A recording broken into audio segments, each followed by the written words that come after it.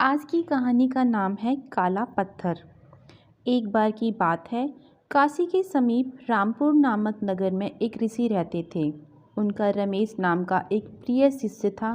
रमेश अपने गुरु का बहुत आदर सम्मान किया करता था। गुरु भी अपने इस शिष्य से बहुत स्नेह करते थे, लेकिन शिष्य स्वभाव से ही बहुत आलसी था। सदा मेहनत से दूर भागने की कोशिश करता तथा आज के काम को कल के लिए छोड़ दिया करता था। अब गुरुजी कुछ चिंतित रहने लगे कि अगर रमेश ने अपना आलस्य नहीं छोड़ा तो उनका यह शिष्य जीवन में कभी भी सफलता प्राप्त नहीं कर पाएगा।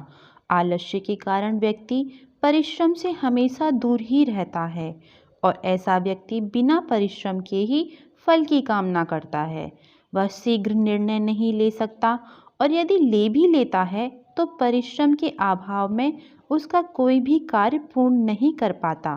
यहाँ तक कि अपने पर्यावरण के प्रति भी सजग नहीं रहता है और ना भाग्य द्वारा दिए गए सुअवसरों का लाभ उठाने की कला में प्रवीण हो पाता है।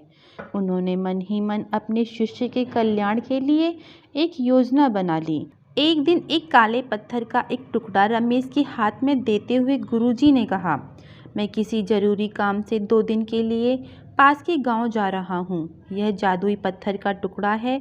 2 दिन के लिए इस पत्थर को अपने पास रखो। जिस भी लोहे की वस्तु को तुम इस पत्थर से स्पर्श करोगे वह वस्तु सोने की हो जाएगी।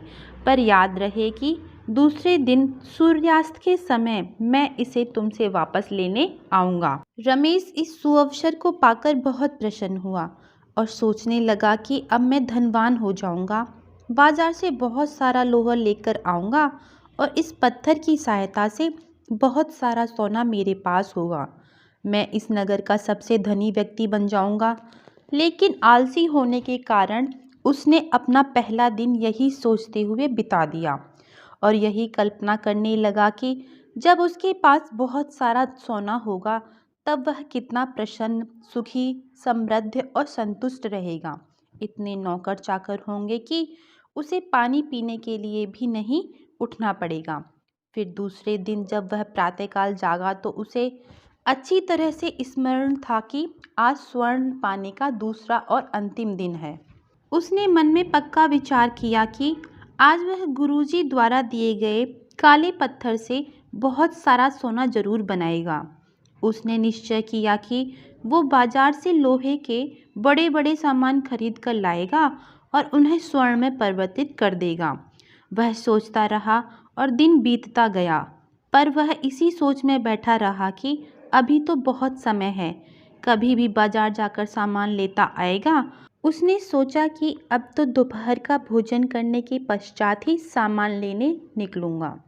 पर भोजन करने के बाद उसे विश्राम करने की आदत थी और उसने बजाय उठ के मेहनत करने के थोड़ी देर आराम करना उचित समझा। पर आलस्य से परिपूर्ण उसका शरीर नींद की गहराइयों में खो गया और जब वो उठा तो उसने देखा कि सूर्यास्त होने वाला है। अब वह जल्दी जल्दी बाजार की तरफ भागने लगा, पर रास्ते में ही उसे गुरुजी मिल गए। उनको देखते ही वह उनके चरणों में गिरकर उस जादुई पत्थर को एक दिन और अपने पास रखने की याचना करने लगा। लेकिन गुरुजी ने रमेश को साफ मना कर दिया। अब रमेश का धनी होने का सपना चूर चूर हो गया। गुरुजी बोले, तुम्हारे पास 2 दिन तक यह जादुई पत्थर था, किंतु तुम्हारे आलस्य ने तुमको इस अवसर का लाभ नहीं उठाने दिया। अगर तुम आलसी नहीं होते तो आज इस नगर के सबसे धनी व्यक्ति होते। इस घटना की वजह से रमेश को एक बहुत बड़ी सीख मिल गई।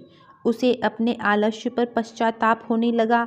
वह समझ गया कि आलस्य उसके जीवन के लिए एक अभिशाप है और उसने प्रण किया कि अब वो कभी भी काम से जी नहीं चुराएगा और एक कर्मठ, सजग और सक्रिय व्यक्ति बनकर दिखाएगा। इस कहानी से हमको यह शिक्षा मिलती है कि ईश्वर जीवन में हर किसी को एक से एक बढ़कर अवसर देते हैं, पर कई लोग इन्हें बस अपने आलस्य के कारण गंवा देते हैं।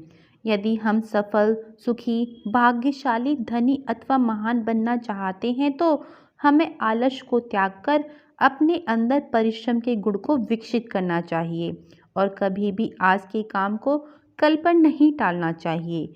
आज की कहानी आपको कैसी लगी, कृपया कमेंट करके ज़रूर बताएं और ऐसी ही प्रेरक कहानियाँ सुनने के लिए हमारे इस चैनल को सब्सक्राइब करें और वीडियो के डिस्क्रिप्शन में हमारे टेलीग्राम ग्रुप का लिंक है, वहाँ से आप हमारा टेलीग्राम ग्रुप ज़रूर ज्वाइन करें। आप सभी का बहुत बहुत धन्यवाद।